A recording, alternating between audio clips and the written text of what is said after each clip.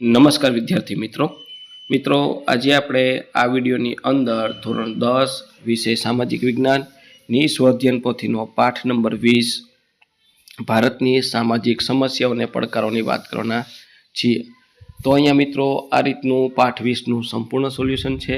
મિત્રો આવા સરસ મજાના સોલ્યુશન મેળવવા માટે આપણી ચેનલને સબસ્ક્રાઇબ કરો અને આ વિડીયો તમારા મિત્રો સાથે શેર કરો। તો મિત્રો શરૂ કરીએ ધોરણ 10 વિષય સામાજિક વિજ્ઞાનની સ્વઅધ્યયન પોથીનો ભાગ 5 નો પાઠ નંબર 20 ભારતની સામાજિક સમસ્યાઓ અને પડકારો। વિભાગ એ એમાં પેલું યોગ્ય જોડકા જોડો। તો એમાં પેલું છે નાગાલેન્ડ, તો એની સામે આવશે DKNF, નાગાલેન્ડ, એની સામે આવશે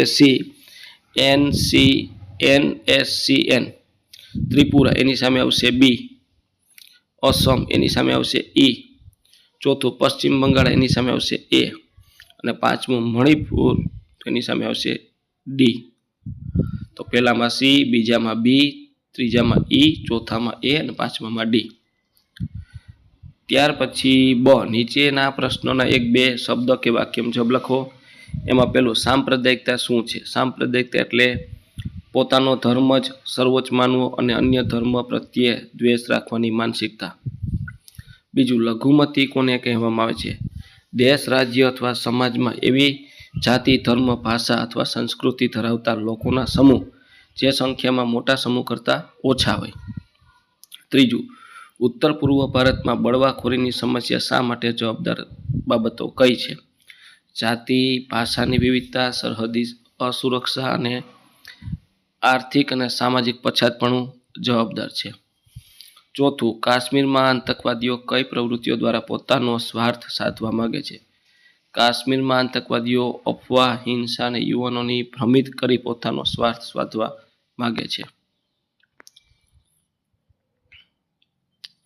પાંચમું, સંસદના કયા ગૃહમાં અનામત બેઠકો રાખવામાં આવતી નથી? રાજ્યસભામાં અનામત બેઠકો રાખવામાં આવતી નથી। છઠ્ઠું, બંધારણના કયા આર્ટિકલ પ્રમાણે અસ્પૃશ્યતા નાબૂદ કરવામાં આવી છે? અસ્પૃશ્યતા બંધારણના આર્ટિકલ 17 મુજબ નાબૂદ કરવામાં આવી છે। સાતમું, રાષ્ટ્રવાદ અને રાષ્ટ્રીય એકતાને પોષવા કઈ ભાવના જરૂરી છે? રાષ્ટ્રવાદ અને રાષ્ટ્રીય એકતાને પોષવા રાષ્ટ્રીય એકતાની ભાવના જરૂરી છે। ત્યાર પછી યોગ્ય વિકલ્પ પસંદ કરી ખાલી જગ્યા પૂરો। એમાં પહેલું, ભારતની સામાજિક સંરચના જ્ઞાતિવાદ પર આધારિત છે। બીજું, આતંકવાદ પ્રકૃતિના સિદ્ધાંત જીવો અને જીવવા દો ને ખુલ્લેઆમ ઉલ્લંઘન કરે છે। ત્રીજું, કાશ્મીરમાં આતંકવાદના કારણે પંડિત કુટુંબો ના છૂટકે વતન છોડીને સ્થળાંતર કરવું પડે છે। ત્યાર પછી વિકલ્પવાળા પ્રશ્નો છે, તો આ રીતનું વિકલ્પવાળા છે। મિત્રો, વિડીયો સારો લાગ્યો હોય તો લાઈક, શેર અને ચેનલને સબસ્ક્રાઈબ કરવાનું ભૂલવાનું નથી।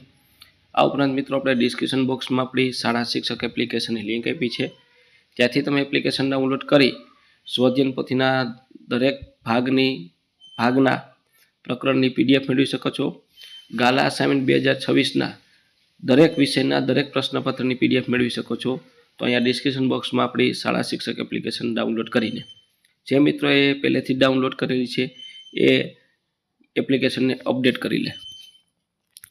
પહેલું, બંધારણના કયા આર્ટિકલ પ્રમાણે ધર્મ, જાતિ, જ્ઞાતિ, જન્મસ્થાનોનો ભેદભાવ પર પ્રતિબંધ મૂકવામાં આવ્યો છે? તો બી 15। બીજું, નીચે પૈકી કઈ સમસ્યા વૈશ્વિક સમસ્યા છે? એ આતંકવાદ। ત્રીજું, કઈ આતંકવાદની આર્થિક અસરો સંદર્ભે નીચે પૈકી કયું વિધાન ખોટું છે? સી, વિદેશી સંસ્થાઓ ત્યાં ઉદ્યોગો સ્થાપવામાં આવે છે। ત્યાર પછી ચોથું, સ્વતંત્રતાથી પ્રાપ્તિ લઈ આજ સુધી કયા ક્ષેત્રોમાં બળવાખોરી એક સ્થાયી સમસ્યા બની છે? એ ઉત્તર પૂર્વ। ત્યાર પછી વિધાનો ખરા છે કે ખોટા આ રીતના આવશે। પહેલું સાચું, બીજું સાચું, ત્રીજું સાચું, ચોથું સાચું, એટલે 1 થી 4 છે એ સાચા, પાંચમું ખોટું, છઠ્ઠું સાચું, સાતમું ખોટું, આ રીતના થશે। ત્યાર પછી વિભાગ બી આવે છે, એમાં પહેલો પ્રશ્ન છે, ભારતમાં શાંતિ અને વિકાસને અવરોધતા પરિબળો કયા કયા છે? તો આતંકવાદ અને બળવાખોરી, હિંસા, ભય અને અસ્થિરતા પેદા કરી વિકાસની ગતિ ધીમી કરે છે. સાંપ્રદાયિકતા અને જાતિવાદ, સમાજના દૂષણો પેદા થાય છે જેના કારણે રાષ્ટ્રીય એકતા અને પ્રગતિને નુકસાન થાય છે.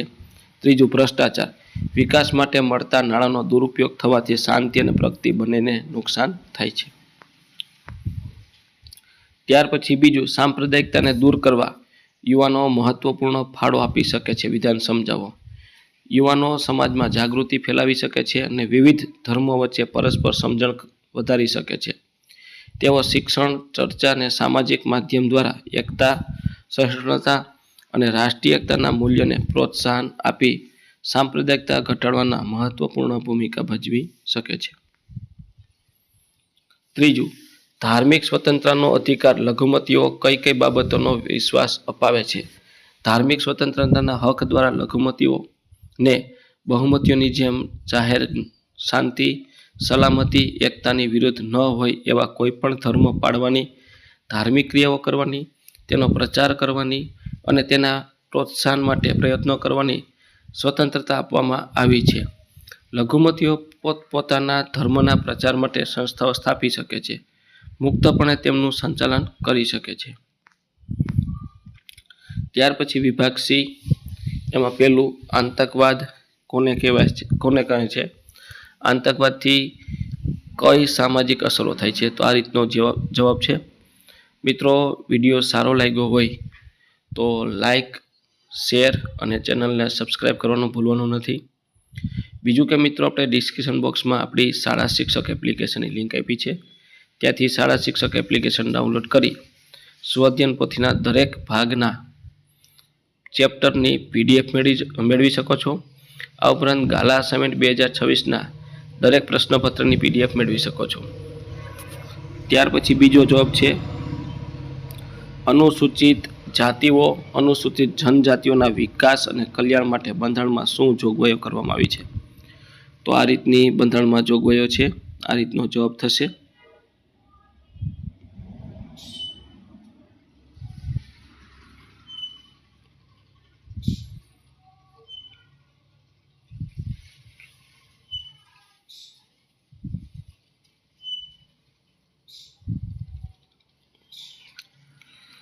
ત્યાર પછી વિભાગ ડી, એમાં પેલું છે પેલું, સાંપ્રદાયિકતાને દૂર કરવાના ઉપાયોની વિસ્તૃત ચર્ચા કરો. સાંપ્રદાયિકતાને દૂર કરવાના ઉપાયોની વિસ્તૃત ચર્ચા કરો. સાંપ્રદાયિક તત્વો સામે સૌ નાગરિકોએ સરકારે સખ્તાઈથી કામ લેવું જોઈએ. કોઈપણ સંજોગોમાં તેમની સામે ઝૂકવું નહીં તેમજ સમાધાન કરવું નહીં. શિક્ષણ દ્વારા સાંપ્રદાયિકતાને અસરકારક રીતે નાબૂદ કરી શકાય છે. તેથી અભ્યાસક્રમમાં બધા ધર્મોના સારા તત્વો દાખલ કરવા જોઈએ. તદુપરાંત શાળામાં સર્વ ધર્મની પ્રાર્થનાઓ તેમજ સામાજિક અને ધાર્મિક તહેવારોની ઉજવણી કરવી જોઈએ, જેથી વિદ્યાર્થીઓમાં સર્વધર્મ ભાવનાનો દ્રષ્ટિકોણ વિકસાવી શકાય. ત્યાર પછી આ રીતનો જવાબ છે.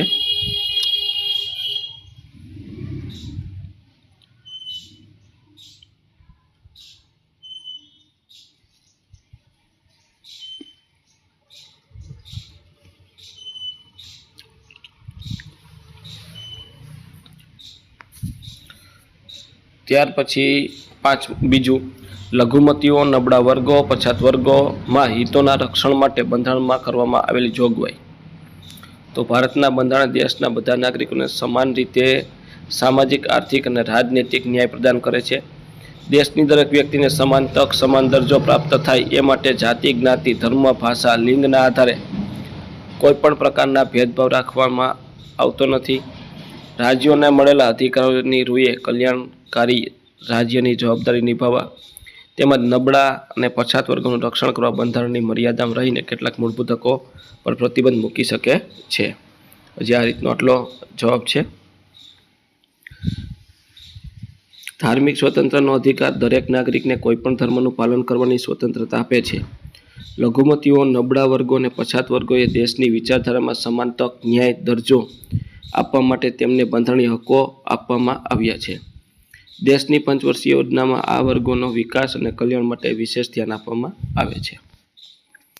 ત્યાર પછી ત્રીજું, આતંકવાદ શું છે તેની આર્થિક અસરો જણાવો.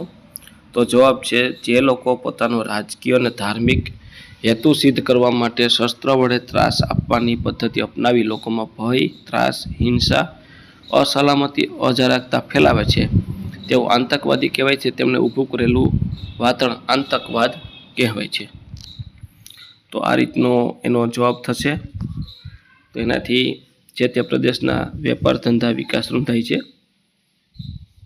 મિત્રો, ચેનલ ઉપર નવા હો, વિડીયો સારો લાગ્યો હોય તો લાઇક, શેર અને ચેનલને સબસ્ક્રાઈબ કરો. આ ઉપરાંત ડિસ્ક્રિપ્શન બોક્સમાં આપણે આપણી શાળા શિક્ષક એપ્લિકેશન લિંક આપી છે. ત્યાંથી તમે આ શાળા શિક્ષક એપ્લિકેશન ડાઉનલોડ કરી અને સ્વધ્યન પોથીના દરેક પ્રકરણની પીડીએફ, ગાલા અસાઇનમેન્ટ 2026ના દરેક પ્રશ્નપત્રની પીડીએફ મેળવી શકો છો. અને જે મિત્રોએ ઓલરેડી ડાઉનલોડ કરેલી છે તે આપણી એપ્લિકેશનને અપડેટ કરી લો, જેથી નવું કોઈ પણ કાંઈ ફેરફાર થયા હોય તો તમને તરત જ આગળ સોલ્યુશન મળી જાય. ત્યાર પછીનો પ્રશ્ન છે ચોથો, આતંકવાદ રાષ્ટ્ર વિકાસમાં મોટો અવરોધ છે. વિધાન ચર્ચો. 21મી સદીમાં આતંકવાદ માનવ સમાજ માટે એક જટિલ, વિકટ અને પડકારરૂપ પ્રશ્ન બન્યો છે. વિશ્વના કેટલાક દેશો દ્વારા ફેલાવવામાં આવતો આતંકવાદ આજે એક વૈશ્વિક સમસ્યા બન્યો છે. તે માનવ અધિકારનો હાસ કરે છે. તે થોડાક લોકો દ્વારા સંગઠિત, આયોજિત ને ઇરાદાપૂર્વક કરવામાં આવતું અનૈતિક ને ભયજનક હિંસાત્મક કૃત્ય છે. આતંકવાદીઓ હિંસક પ્રવૃત્તિ દ્વારા જે તે પ્રદેશમાં રક્તપાત, વિનાશ, ભય, અશાંતિ, અરાજકતા ફેલાવે છે. આતંકવાદનો કોઈ ધર્મ, સંપ્રદાય સાથે સંબંધ હોતો નથી, છતાં આતંકવાદીઓ આતંકવાદને ધર્મ સાથે જોડી કાયરતાપૂર્ણ ઘાતકી કૃત્યો કરે છે. તે કોઈપણ રાષ્ટ્રના વિકાસને અવરોધતું પરિબળ છે. આતંકવાદી હિંસક પ્રવૃત્તિ પ્રકૃતિના સિદ્ધાંત, જીવો અને જીવવાદોનું સરેઆમ ઉલ્લંઘન કરે છે. આતંકવાદ ફેલાવતા આતંકવાદીઓ આત્મઘાતી હુમલા કરવા, બોમ્બ ફેંકવા, ઘાતક શસ્ત્રો સંતાડવા અને તેનો ઉપયોગ કરવા, વિમાનો હાઈજેક કરવા, વ્યક્તિઓનું અપહરણ કરવું તેમજ અપહૃત વ્યક્તિઓને મારી નાખવું, માફિયા ટોળકી રચી માદક દ્રવ્યની હેરાફેરી કરવી, નાણાં પડાવવા વગેરે હિંસાત્મક પ્રવૃત્તિ કરે છે. તો મિત્રો, આ તો આપણું ધોરણ 10 વિશે સામાજિક વિજ્ઞાનની સ્વઅધ્યયન પોથીના પાઠનું સંપૂર્ણ સોલ્યુશન જોયું. મિત્રો, આવા સરસ મજાના સોલ્યુશન મેળવવા માટે ખાસ આપણી ચેનલને સબસ્ક્રાઈબ કરો અને આ વિડીયો તમારા મિત્રો સાથે શેર કરો. ડિસ્ક્રિપ્શન બોક્સમાં આપણી શાળા શિક્ષક એપ્લિકેશનની લિંક આપી છે. ત્યાંથી એપ્લિકેશન ડાઉનલોડ કરી આ સ્વઅધ્યયન પોથીના ચેપ્ટરની પીડીએફ અને ગાલા અસાઇનમેન્ટ 2026ના દરેક પ્રશ્નપત્રની પીડીએફ તમે જોઈ શકો છો.